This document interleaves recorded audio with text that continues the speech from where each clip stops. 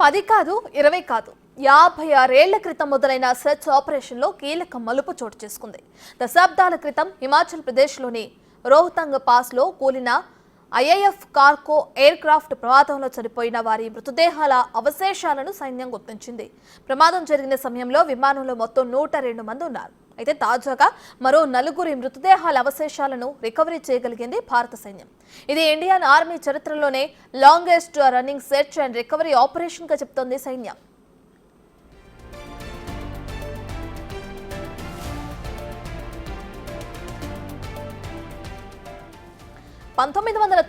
ఫిబ్రవరి 7న Indian air force కు చెందిన AN-12 air craft Chandigarh నుంచి లేహ్కు బయలుదేరింది.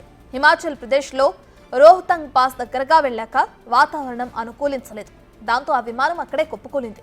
ఈ దుర్ఘటన జరిగిన సమయంలో ఎయిర్ క్రాఫ్ట్ లో 4 సిబ్బందితో సహా మొత్తం 102 మంది ఉన్నారు. విమానం కుప్పకూలాక వాళ్ళందరి ఆచూకీ గల్లంతైంది. ఇంతటి ఘోర ప్రమాదం తర్వాత విమాన శకలాలు కూడా దొరకలేదు.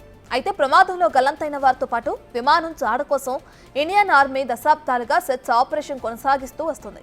కాగా రోహతంగ్ పాస్ లో ఉండే అత్యంత ప్రతికూల పరిస్థితులతో విమాన శకలాలకు మృతదేహాలకు గుర్తించలేకపోయారు.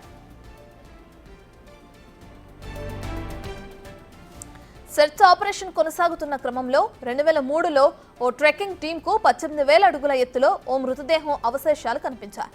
ఆ తర్వాత 2007లో ఆర్మీ స్పెషల్ టీమ్స్ మరో 3 మృతదేహాలను అవశేషాలను గుర్తించాయి. 2018లో హిమాచల్లోని ఢాకా గ్లేసియర్ బేస్ క్యాంప్నకు దగ్గరలో మరో మృతదేహం దొరికింది. అయితే తాజాగా ఇండియన్ ఆర్మీకి చెందిన డోగ్రా స్కాట్స్, తిరంగా మౌంటైన్ రెస్క్యూ టీమ్స్ నిర్వహించిన జాయింట్ ఆపరేషన్లో మరో 4 మృతదేహాలను అవశేషాలు గుర్తించినట్లు భారత సైన్యం తెలిపింది. అయితే 56 ఏళ్లుగా కొనసాగుతున్న ఈ రీసెర్చ్ ఆపరేషన్లో ఇప్పటివరకు 9 మంది మృతదేహాల అవశేషాలు మాత్రమే లభ్యమయ్యాయి. మిగిలిన వారి కోసం గాలింపు ప్రక్రియ కొనసాగుతుంది. అయితే తాజాగా మరో 4 అవశేషాలు వెలికితీయడంతో మిగిలిన బాధితుల కుటుంబాల్లోనూ ఆశలు నెలకొన్నాయి.